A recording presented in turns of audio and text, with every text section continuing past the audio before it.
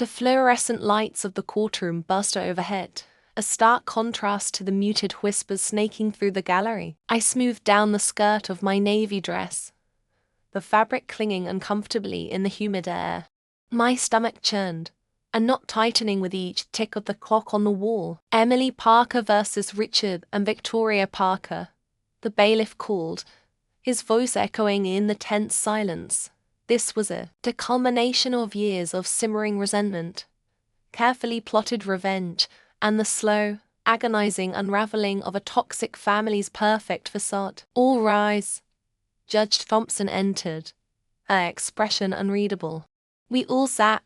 My lawyer, Miss Chen, gave me a reassuring nod. Across the aisle, my parents, Richard and Victoria Parker, sat ramrod straight, their faces masks of practiced composure.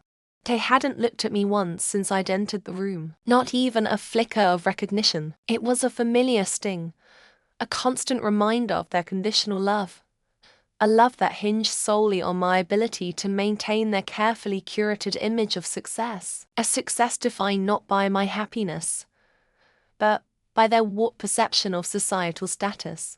Miss Chen, you may begin, Judge Thompson said, her voice crisp and authoritative. Thank you, Your Honor. Miss Chen rose, her voice clear and confident. We are here today because my client, Emily Parker, has been subjected to years of emotional manipulation and abuse at the hands of her parents. This culminated in a shocking incident at her graduation party, an incident that nearly ended her life. The murmurs in the gallery intensified. I could feel my parents' eyes on me now, sharp and cold.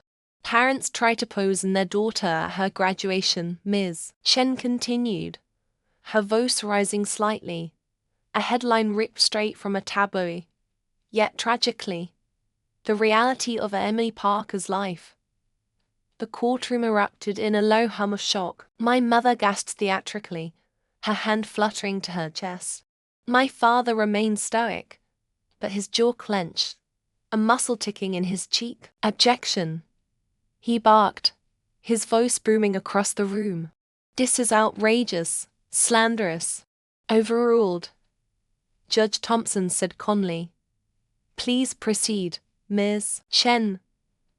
My lawyer continued, detailing the events leading up to the lawsuit, the constant pressure to achieve, the relentless criticism, the blatant favoritism towards my younger brother, all meticulously documented. The scholarship I'd earned to Stanford, a scholarship they'd forced me to reject because it wasn't Ivy League enough for their social circle. My relationship with Julian, a kind, supportive man they deemed unworthy because he wasn't from old money. Every slight, every humiliation, every carefully crafted insult designed to chip away at my self-worth, all laid bare for the court to hear.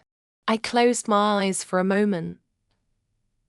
The memories washing over me, the endless comparisons to other children, the subtle digs at my appearance, the constant reminders of how I was failing to live up to their expectations. She's a bright girl, my mother would say to her friends, her voice laced with a saccharine sweetness that never reached her eyes, but she just doesn't apply herself the way her brother does.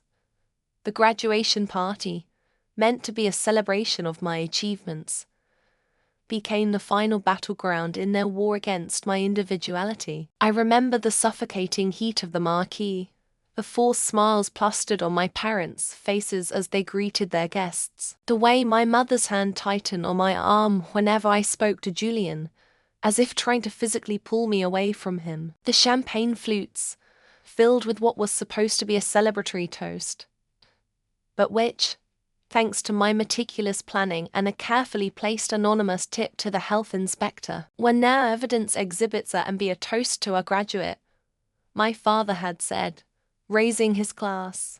His smile didn't quite reach his eyes. It never did. May all her dreams finally come true, my mother added, her voice a sickly sweet whisper that sent chills down my spine. It was in that moment, looking at the barely perceptible film coating the inside of my champagne flute, that I knew I couldn't go on. I couldn't pretend anymore. my carefully laid plan was in motion. I'd swapped the glasses, a simple maneuver executed with practiced ease. The tainted champagne, meant for me, now sat innocently in their hands. The look of confusion on their faces as the health inspector arrived, a hushed whispers, the rising panic. It was a symphony of chaos that I orchestrated. Ms. Chen's voice brought me back to the present. The contaminated champagne, she was saying, holding up the two glasses, now bagged and tagged as evidence, contained a potentially lethal dose of a common household cleaner. A cleaner, I might add, readily available in the Parkers' home. She paused, letting the weight of her words settle over the courtroom. This wasn't a simple accident, Your Honor. This was a deliberate attempt to silence Emily, to punish her for daring to forge her own path. A path that didn't align with their meticulously crafted image of perfection. I looked at my parents. Their faces were pale, their carefully constructed composure beginning to crack. My father's hand trembled slightly as he reached for a glass of water. My mother stared straight ahead, eyes fixed on some distant point in the courtroom, as if trying to will herself away from this reality. This was just the beginning.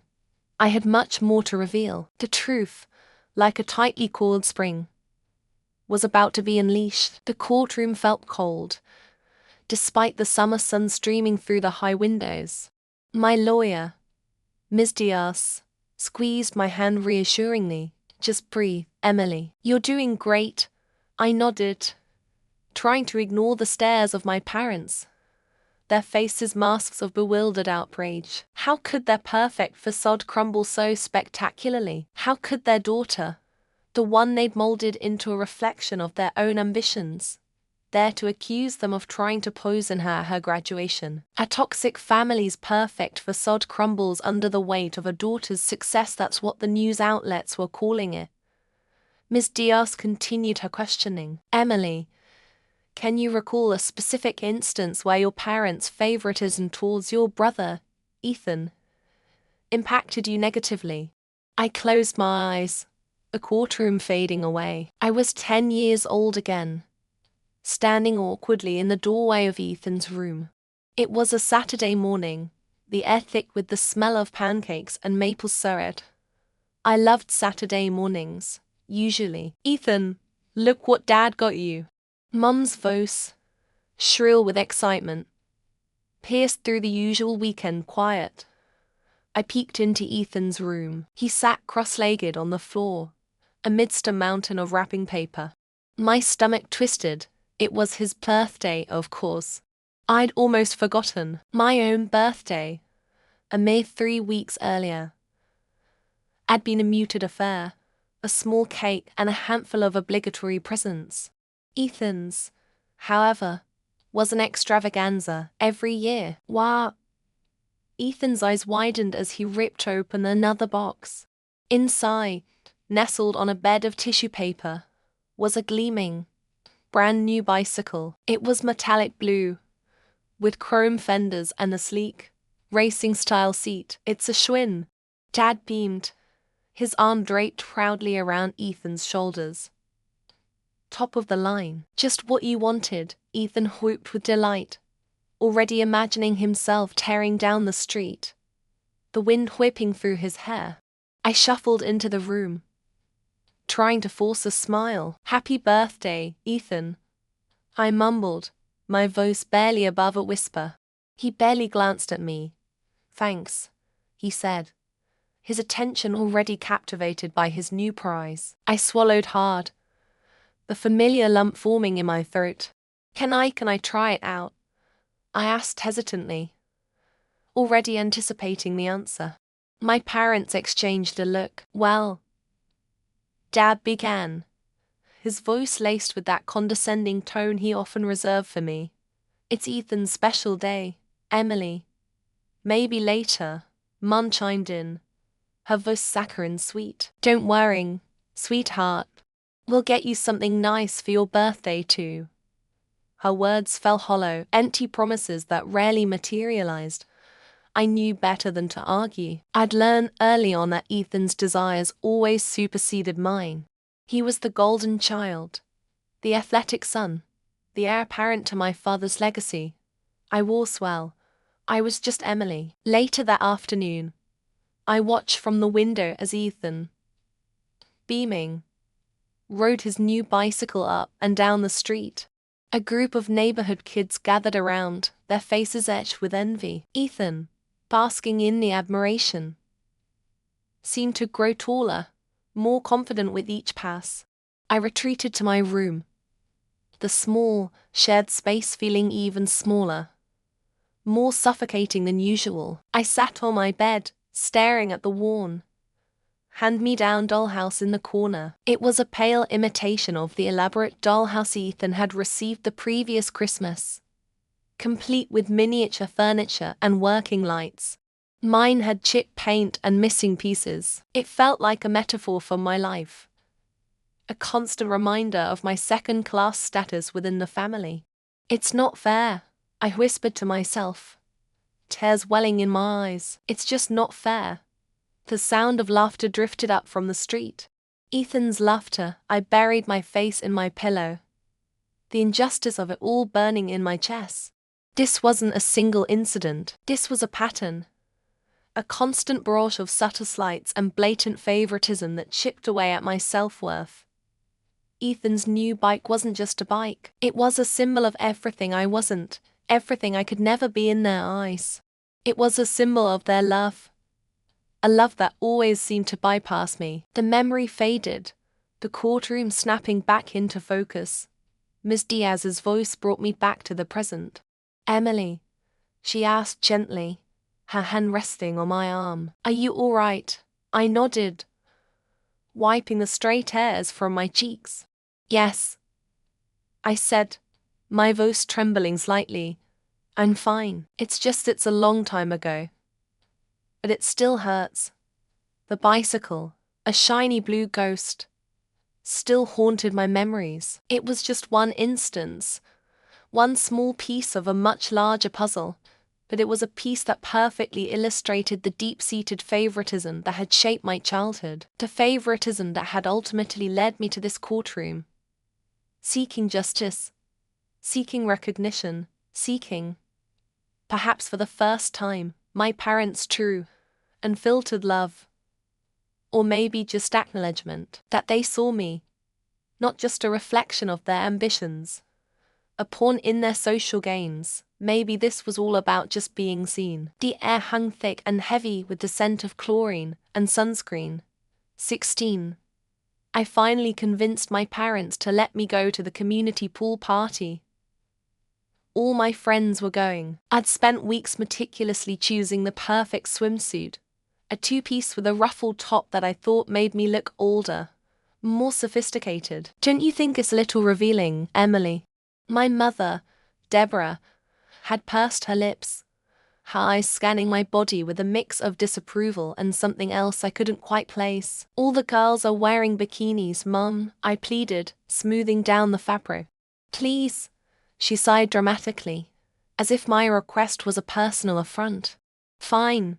She finally relented. But don't complain if you get sunburned. Little did I know, the sunburn would be the least of my worries.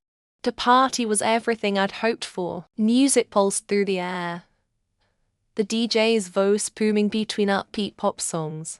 Kids were splashing in the pool, laughing and shouting.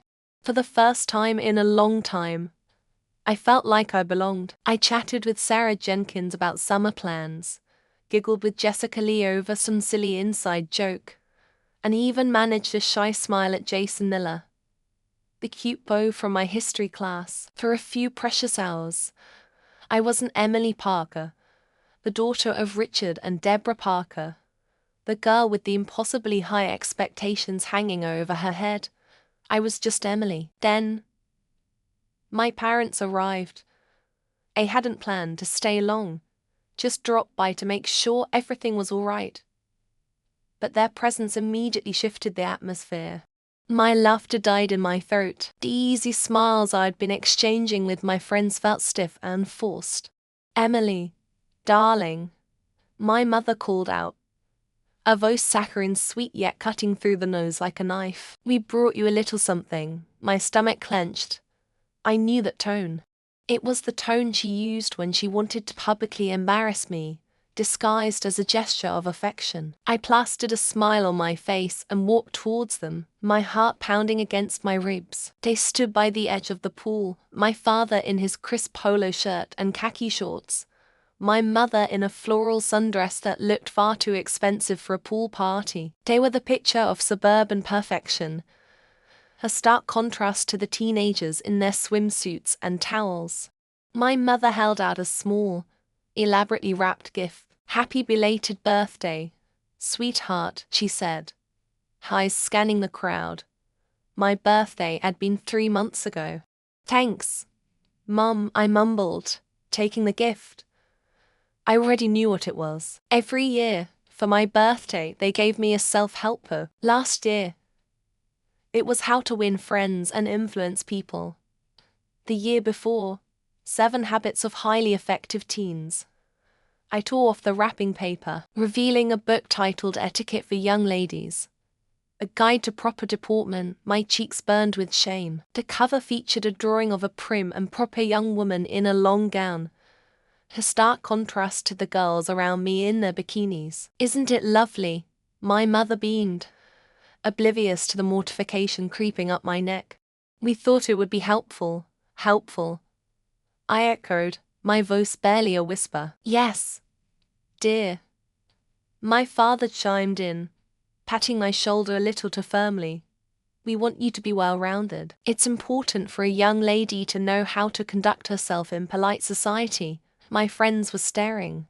I could feel their eyes on me, their whispers buzzing in the air. Jason Miller, who had been talking to me just moments ago, had turned away, a smirk playing on his lips. "I appreciate it," I stammered, clutching the book to my chest like a shield. "But I really need to get back to my friends, of course, darling," my mother said, her smile widening. "Just remember what we said. A young lady should always strive to be refined." I turned and fled, my face burning, the weight of the book heavy in my hands. I wanted to disappear, to melt into the chlorine-scented air and never be seen again. The humiliation was a physical ache, a knot tightening in my chest. I found a secluded spot behind the concession stand and sank onto a bench, my tears finally spilling over. I ripped open the book, flipping through the pages filled with outdated advice on posture, conversation, and proper table manners. It wasn't just the book itself. It was the message it sent. It was a public declaration that I wasn't good enough, that I needed to be fixed, molded into their image of perfection.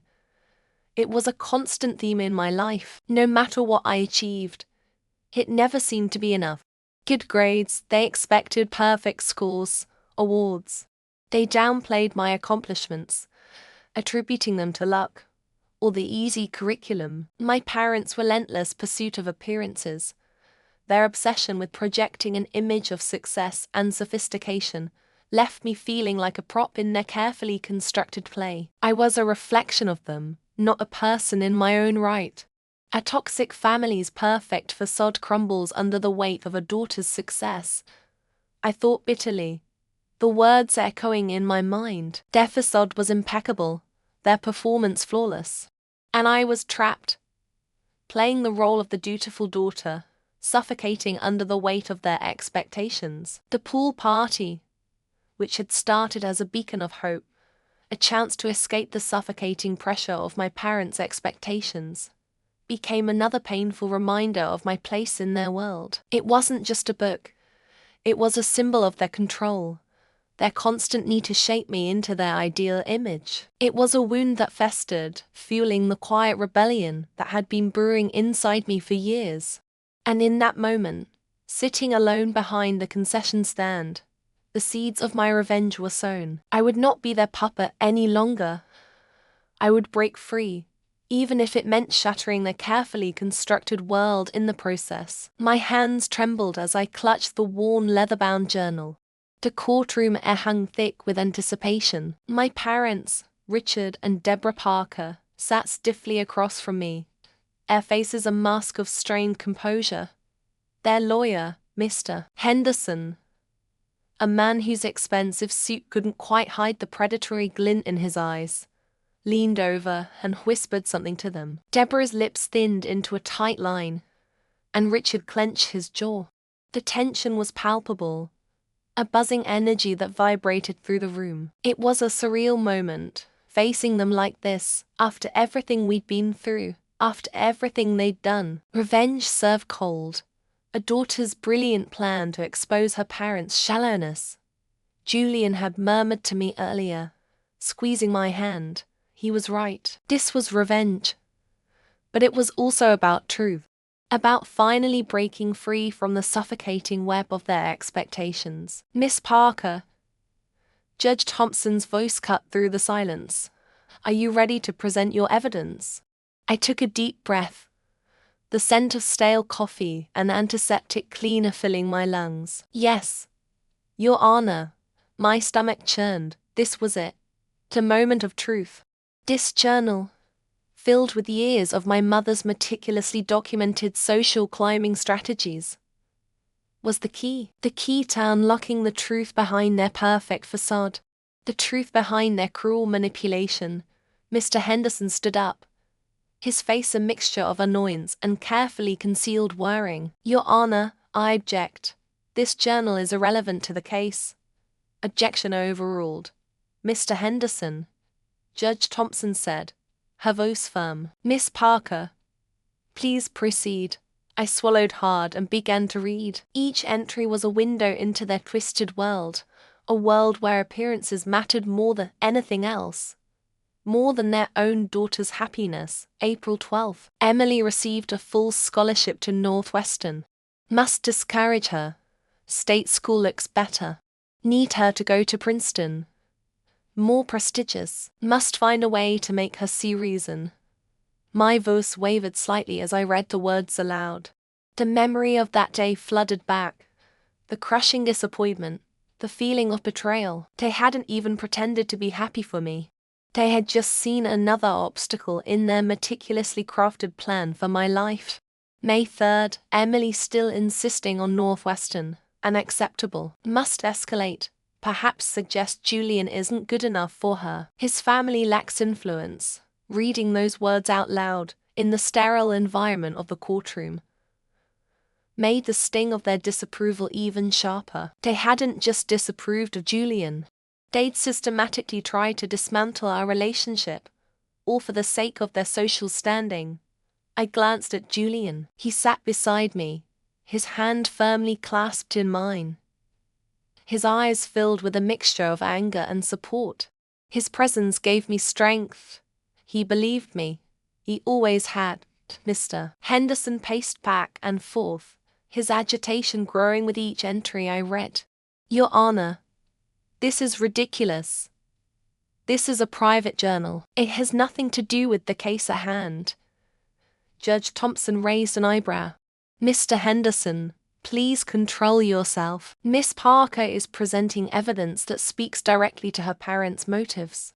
I will decide what is relevant. I continued reading, my voice gaining strength with each passing entry. The journal detailed their elaborate scheme to sabotage my scholarship, their attempts to manipulate me into breaking up with Julian, their relentless pressure to conform to their image of the perfect daughter. June 1st, graduation party. Final opportunity to persuade Emily. Must make her see the error of her ways. The champagne, perhaps a little extra something to help her relax. The courtroom fell silent. The air crackled with tension.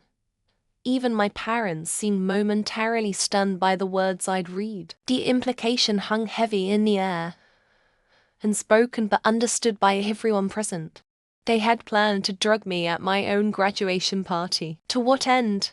To force me to comply with their wishes. To control me. The thought sent a shiver down my spine.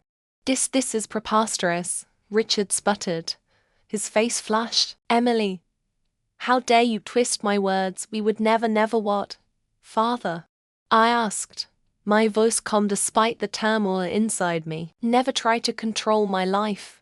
Never prioritize your social status over my happiness. He opened his mouth to speak, then closed it again, his eyes darting nervously around the room. Deborah remained silent, her face pale, her gaze fixed on the floor. I closed the journal, the leather cool against my fingertips. Your Honor, I said, my voice clear and steady. I believe this evidence speaks for itself. My parents were willing to go to extreme lengths to maintain their image, even at the expense of their own daughter's well-being. They tried to poison my dreams, to manipulate my choices, and ultimately, to silence my voice. This journal proves it. A hush fell over the courtroom. Judge Thompson looked at my parents, her expression unreadable. Then she turned to me, her gaze steady and unwavering. Miss Parker, she said, your testimony is compelling. I will take this evidence into consideration. The gavel banged. The sound echoed through the silent courtroom. A sharp, decisive punctuation mark to this chapter of my life. I hadn't won yet. Not completely, but for the first time in a long time, I felt the glimmer of hope. The truth was out, and finally, I felt free. The judge called for a recess. Julian squeezed my hand, his eyes shining with pride. You did it, Emily, he whispered. You told your truth. I leaned my head against his shoulder, exhausted but strangely exhilarated. The fight wasn't over, but I knew, deep down, that I had already won. I had exposed their lies, their manipulations, their shallowness. And in doing so, I had finally reclaimed my own life. The gavel slammed down, a sharp crack that echoed the fracturing of my past. Judge Mallory's voice, firm and clear, cut through the hushed courtroom. In the matter of the Parker family trust, the court finds in favor of the plaintiff, Emily Parker. My breath hitched. A small, shaky gasp that I quickly swallowed. It was over. Finally, truly over. I glanced at my parents, seated across the aisle. Their faces were masks of disbelief, their carefully constructed composure crumbling. My mother's hand, adorned with rings that screamed of old money and new anxieties, clutched my father's arm. His face, usually ruddy and self-satisfied, was pale, his jaw clenched so tight I thought it might shatter. He'd always prided himself on his control, his ability to manipulate every situation. This, however, was one scenario he couldn't spin. This is outrageous. My mother's voice, shrill and laced with indignation, broke the silence. She manipulated us. This whole thing is a fabrication. Judge Mallory leveled her stern gaze. Mrs. Parker, I advise you to refrain from further outbursts. The evidence presented, including the documented medical reports, Miss Parker's meticulous financial records, and the testimonies of multiple witnesses, paint a clear picture of your and Mr. Parker's intentions. Your attempts to coerce your daughter into relinquishing her rightful inheritance, coupled with the disturbing incident at her graduation party, leave no room for doubt. My graduation party, the ultimate graduation gift, a daughter's sweet revenge on her status-obsessed parents. The memory, still vivid, sent a shiver down my spine. The champagne flutes, laced with a harmless but nausea-inducing concoction, their feigned concern, their hushed whispers about prenuptial agreements and Julian's supposed lack of ambition, their desperate attempts to steer me away from the life I was building, the life they deemed unworthy of their Parker pedigree. I almost smiled, but the scholarship, my father stammered, his voice barely a whisper. She forfeited it. She threw away her future. Judge Mallory's gaze softened slightly as she looked at me. Miss Parker, would you care to address the court regarding the matter of your scholarship? I stood, my legs slightly trembling, but my voice steady. Your Honor, I did indeed forfeit the scholarship to Stanford. My parents valued prestige over my happiness. They saw my acceptance as a stepping stone to their own social climbing, a validation of their parenting, rather than a celebration of my achievements. They never asked me what I wanted. They only cared about what it looked like. My voice cracked slightly, but I continued.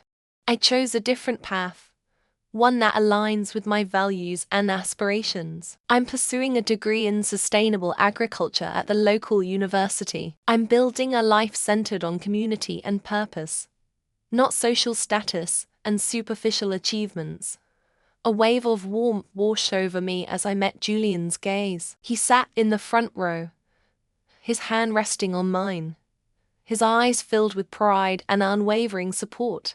He'd been my rock through this whole ordeal, my constant source of strength and encouragement. He believed in me, even when my own parents didn't. Furthermore, I continued, my voice gaining strength. I have uncovered evidence that reveals my parents' systematic efforts to undermine my academic pursuits throughout my life. They withheld information about financial aid opportunities, discouraged me from applying to certain programs, and even, on one occasion, intercepted a crucial recommendation letter. I presented the letter, a faded and creased envelope addressed to me from a renowned professor. It detailed an offer for a fully funded research opportunity abroad, an opportunity I never knew existed. My parents had intercepted it, fearing it would distract me from the carefully curated plan for my future. A future that involved marrying into wealth and maintaining their social standing. The courtroom was silent as I detailed the incident. The air hung heavy with the weight of my parents' betrayal. Their faces were ashen, their eyes darting around the room as if searching for an escape route. There was none. Their carefully constructed facade had finally crumbled. The court acknowledges the gravity of these revelations, Judge Mowry said, her voice resonating with authority. The trust, established by your grandparents, clearly stipulates that the funds are to be used for the beneficiary's education and well-being, not to be manipulated or withheld based on the whims of the trustees. In light of the presented evidence, the court orders the immediate transfer of the full trust amount to Ms. Emily Parker. A collective gasp rippled through the courtroom. My parents remained silent, their defeat palpable. Additionally, Judge Mowry continued, given the severity of the trustees' misconduct, the court will be launching a separate investigation into their management of the trust over the past several years. This investigation will encompass all financial transactions and decisions made by Mr. and Mrs. Parker concerning the trust. My father's face contorted in a mixture of fear and rage. He opened his mouth to speak, but no sound came out. He looked defeated, utterly broken. My mother, ever the pragmatist, began to weep, loud, theatrical sobs that filled the courtroom. I felt the pang of something. Not quite pity, not quite satisfaction. It was more of a hollow ache, a recognition of the profound sadness that permeated our family history. They had built their lives on a foundation of superficiality and control, sacrificing their daughter's happiness on the altar of social status, and in the end, they had lost everything. As I left the courtroom, hand in hand with Julian, a weight of the past seemed to lift from my shoulders. The sun streamed through the tall windows, casting long shadows on the marble floor. The world felt brighter, lighter, full of possibilities. I had fought for my future, for my right to choose my own path, and I had won. The ultimate graduation gift wasn't a trust fund. It was freedom, freedom from their expectations, their manipulations, their suffocating grip on my life. And as I stepped out into the bustling city, I knew, with unwavering certainty, that I was finally free to build a life that was truly my own. A life filled with purpose, authenticity, and love. A life that, ironically, was richer and more fulfilling than anything my parents could have ever imagined.